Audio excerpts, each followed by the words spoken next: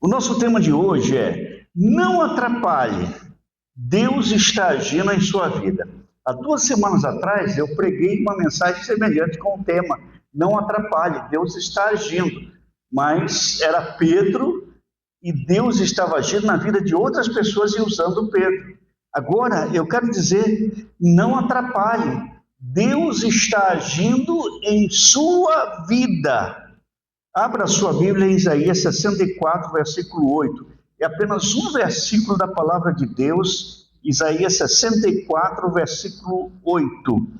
E diz o seguinte: mas agora, ó Senhor, Tu és o nosso Pai, nós somos o barro, e Tu o nosso oleiro, e todos nós, obras das Tuas mãos. Esta é a edição revista atualizada.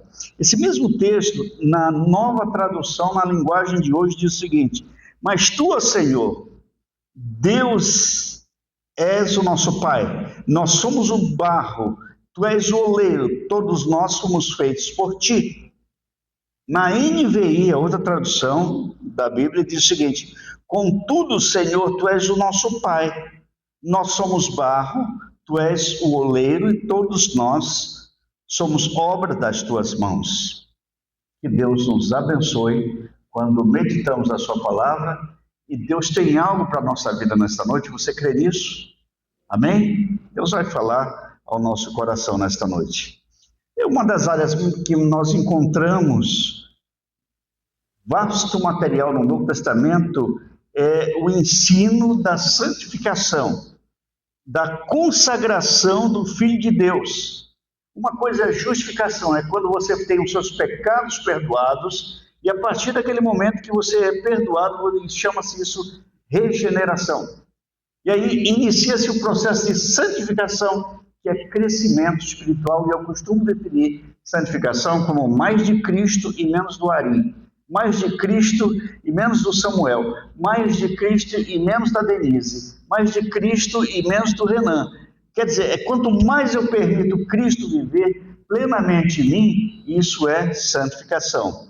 E uma das áreas que encontramos esse material realmente é na Bíblia, e em Hebreus capítulo 12, versículo 14, nós encontramos o ensino do escritor de Hebreus, quando ele diz o seguinte: segui a paz com todos e a santificação, sem a qual ninguém verá o Senhor. Se nós folhearmos a Bíblia no Evangelho de João, nas cartas joaninas, nas cartas de Paulo, todas elas são endereçadas a pessoas que já viviam na novidade de vida, mas que precisavam aprimorar o seu crescimento espiritual. A isso nós chamamos de santificação. A santificação é um processo que começa quando somos alcançados pela graça salvadora em Jesus Cristo, mediante o sacrifício da cruz, e aí, a partir daí, o Espírito Santo começa a gerar em nós essa novidade de vida.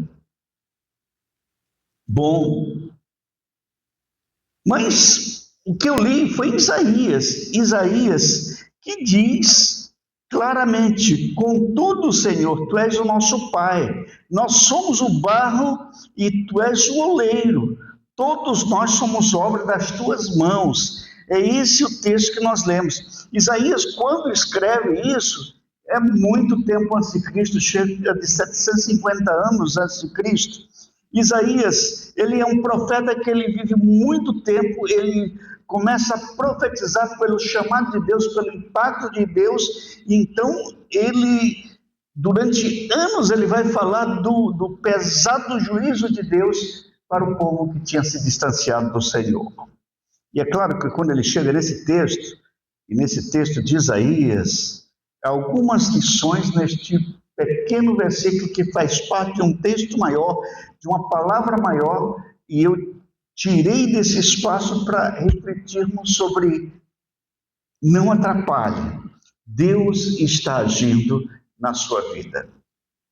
Você não deve atrapalhar. Eu quero que você pense exatamente o que Deus está fazendo na sua vida, o que Ele pode fazer na sua vida a partir de agora, ou o que Ele já tem feito ao longo dos anos na sua vida. Primeiro, eu vou falar um pouquinho sobre a essência desse texto. Ele vai falar do barro. O barro não tem nenhum valor. Quando ele diz o seguinte, olha, observem bem, Agora, Senhor, tu és o nosso Pai, nós somos barro e tu és o oleiro. Ou seja,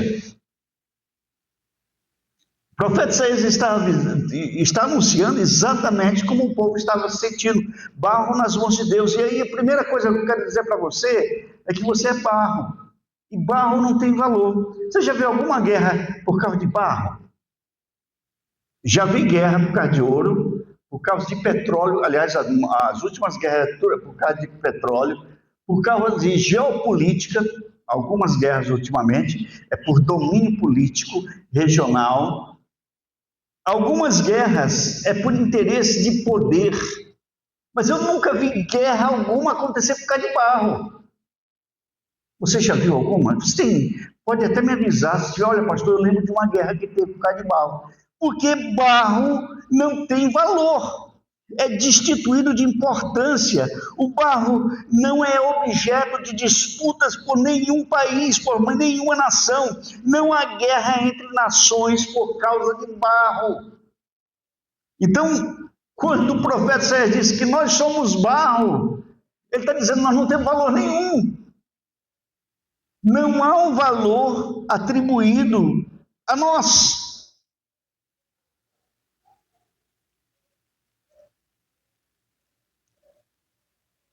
Paulo, quando ele está escrevendo à igreja de Corinto, ele fala que a nossa glória não está em nós, nem nas nossas realizações pessoais, mas em Cristo. E até ele chega a dizer lá em 2 Coríntios 10, 17, 18, assim, mas aquele que se glorie-se no Senhor, porque não é aprovado aquele que se recomenda a si mesmo. Ou seja, Paulo está reconhecendo a sua limitação, ou seja, a sua fragilidade, a sua falta de valor pessoal. Ele tem valor porque o Espírito Santo está na vida dele e porque ele se gloria na cruz de Cristo, no Senhor.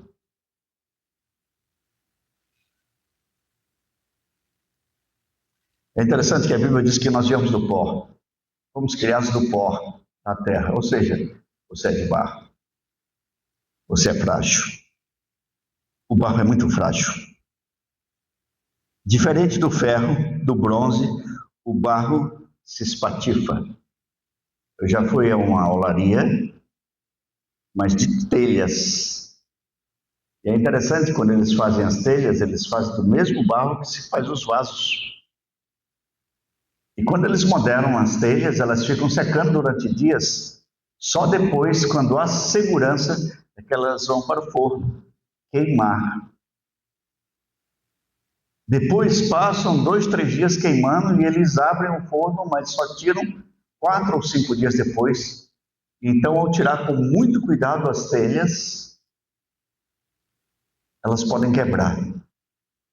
Mas o que me chamou a atenção numa olaria que eu vi era o fato de que quando eles estão tirando do forno e se os funcionários são descuidados, aquelas telhas quebram, elas vão com um triturador e elas viram barro de novo.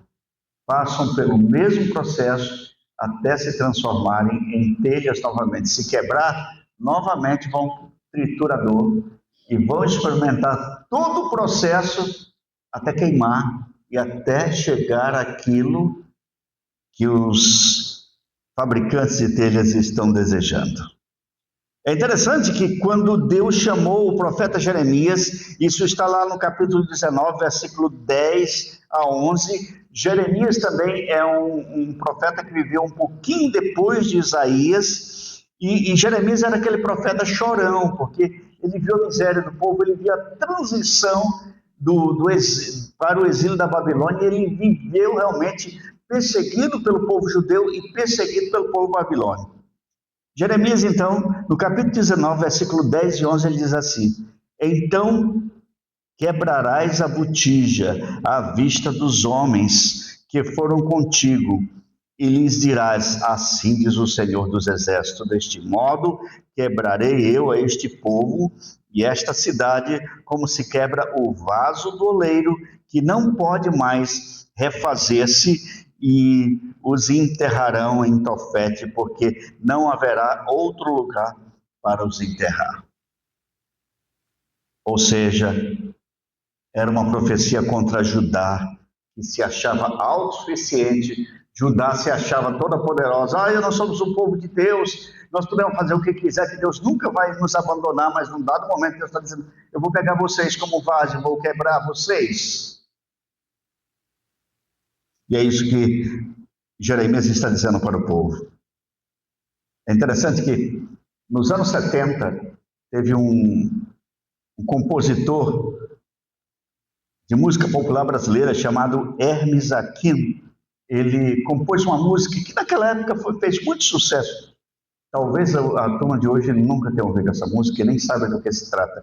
O pessoal mais experiente já sabe de que se trata de Hermes Aquino. Ele fez uma única música que fez sucesso e chamava-se Nuvem Passageira. E ele dizia-se no refrão da sua música, eu sou como um cristal bonito que se quebra quando cai.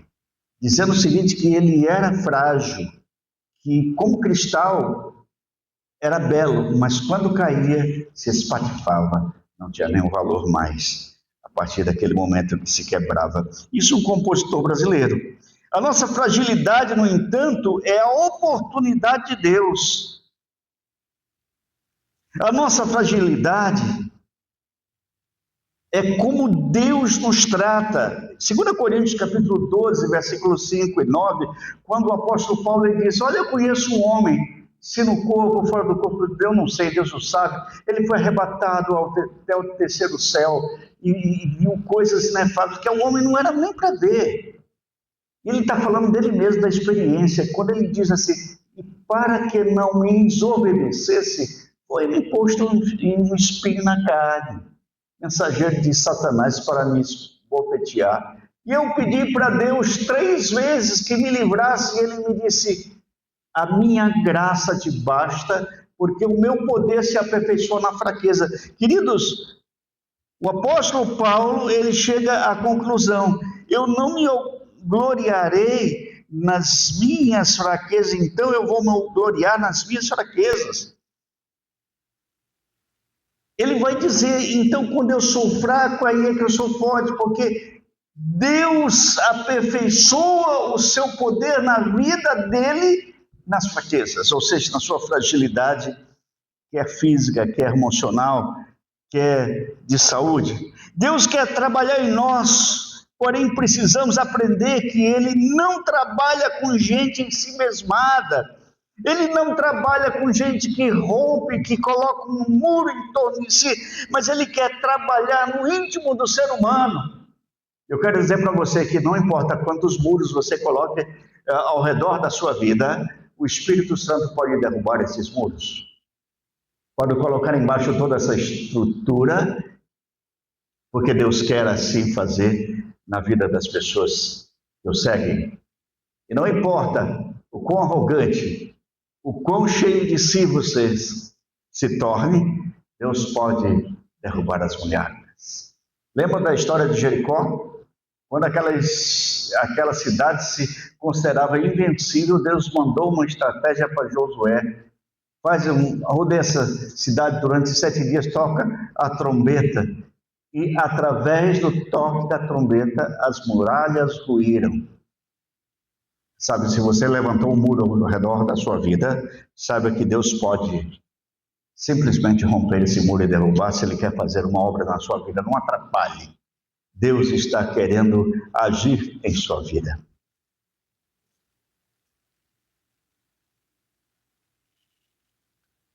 Terceiro lugar, o barro não tem querer.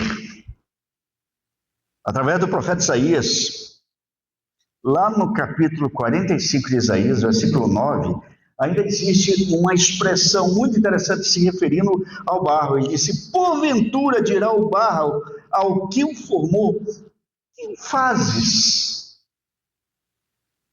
Pode o barro dizer assim, eu quero ser um vaso para colocar samambaia. Eu quero ser um vaso para colocar orquídeas. Eu quero ser um vaso para colocar tulipas. Não, o vaso não pode escolher. De repente ele pode ser um vaso simplesmente para colocar cebolinha, salsinha e temperos lá no quintal, ou ele pode ser um vaso simplesmente para colocar mato. Não importa. O barro não tem querer, o barro não tem vontade. Deus ensina uma poderosa e inesquecível lição a Jeremias, ordenando que ele vá a uma oficina de um oleiro. E veja lá no capítulo de Jeremias 18, de 1 a 4, quando ele diz o seguinte: palavra do Senhor que veio a Jeremias, dizendo: dispõe-te e desce à casa do oleiro, e lá ouvirás as minhas palavras.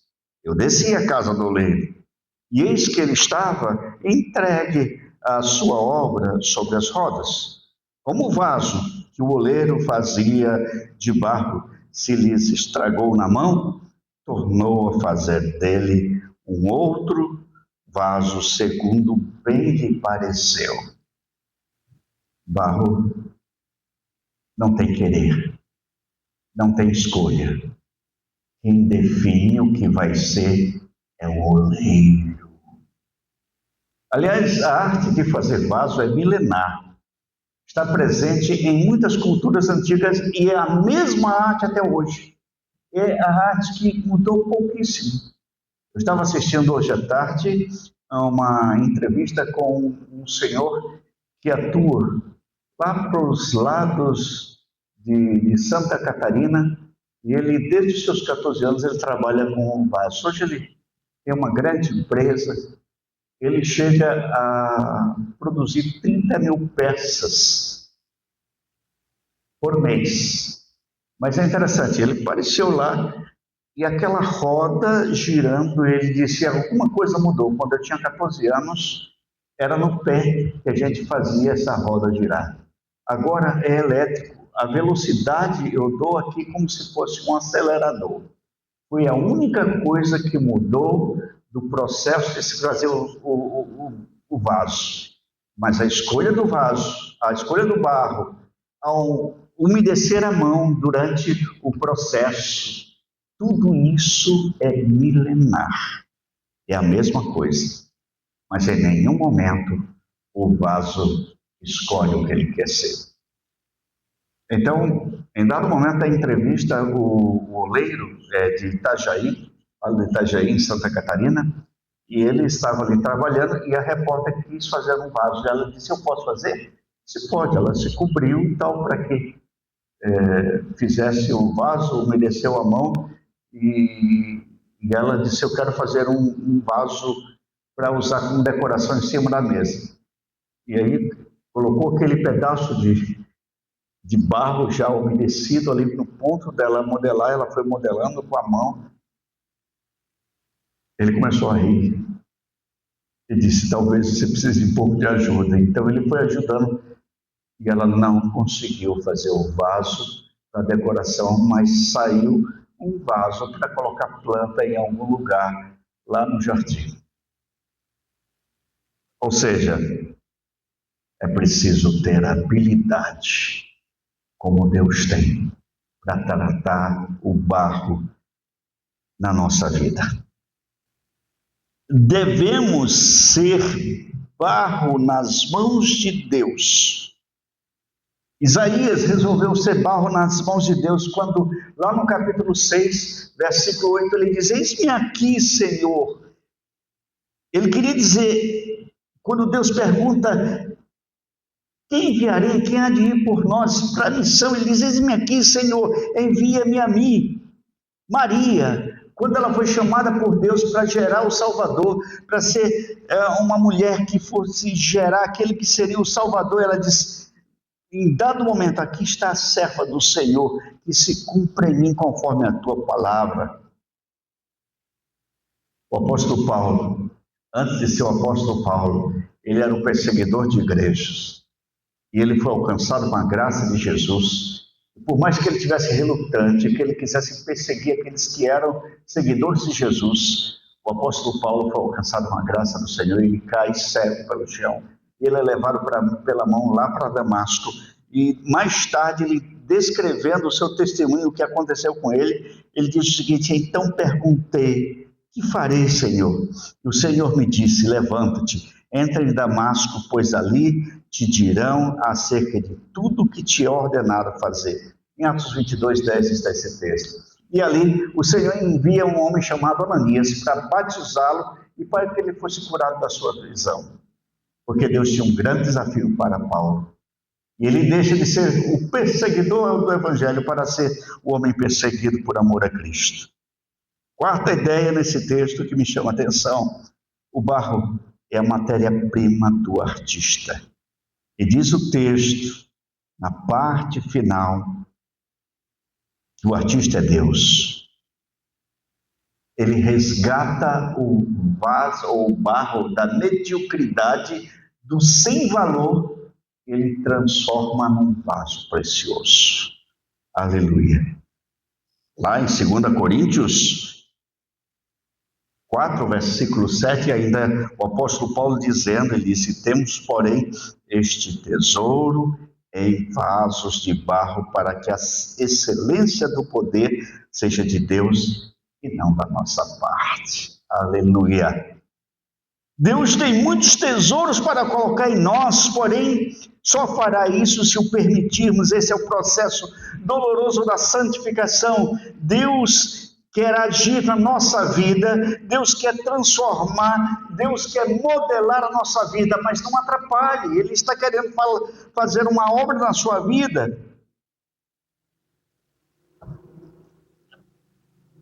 E quando o texto termina dizendo: e todos nós somos obras das suas mãos, saiba o seguinte, meu irmão, minha irmã, devemos nos entregar, nos render nas mãos do artista que vai modelar a nossa existência. Há um antigo cântico que os vencedores por Cristo cantavam muito e que na igreja era muito cantado. Lembram? Eu quero ser Senhor amado, como um vaso nas mãos do oleiro, quebra minha vida e faça. Eu quero ser um vaso novo. Aleluia. Eu tenho uma parábola para contar agora no final. Alguns anos atrás eu ganhei de presente um livro de parábolas contemporâneas. E, aliás, o irmão que me deu esse precioso livro é de Presidente Prudente, Márcio Navas. Ele vai assistir esse sermão e ele vai ver o nome dele citado, porque ele foi um dia ao Rio de Janeiro trabalhar. Ele me trouxe presente aquele livro. Eu olhei para o livro, eu achei tão fascinante. Eu achei uma parábola nesse livro, a parábola do lápis. Talvez aqui alguns até já conheçam essa parábola. Um fabricante de lápis falou com cada um dos seus lápis dizendo: existem 5 coisas que vocês precisam saber antes que eu lhes envie. Sempre se lembrem delas e vocês se tornarão os melhores lápis do mundo. Prossegue o fabricante de lápis.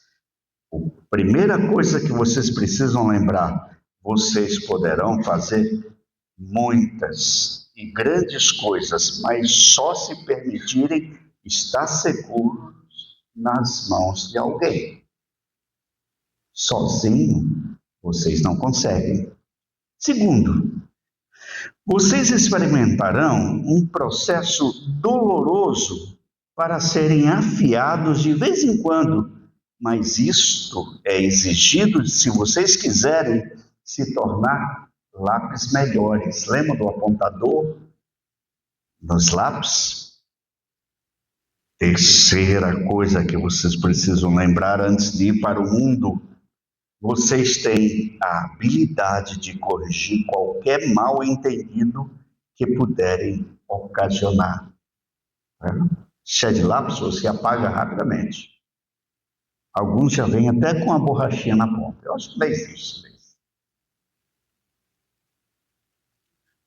Quarto, a parte mais importante de vocês sempre estará do lado de dentro. Nunca esqueçam disso. E quinto, não importa a condição, vocês devem continuar a escrever. Vocês devem sempre deixar uma marca clara e legível, não importa o quão difícil a situação. Todos os lápis entenderam e prometeram lembrar-se sempre e se comportarem com esses lápis nobres do fabricante. E então eles entraram na caixa compreendendo completamente o propósito do fabricante. Eu quero dizer que Deus nunca desiste de nós. Mesmo que o barro, que o vaso se quebre, tem um processo que pode recuperar e virar barro novamente. E virar vaso de novo. E ser modelado pelo oureiro. Mas eu quero concluir dizendo para você, não atrapalhe. Deus está agindo na sua vida.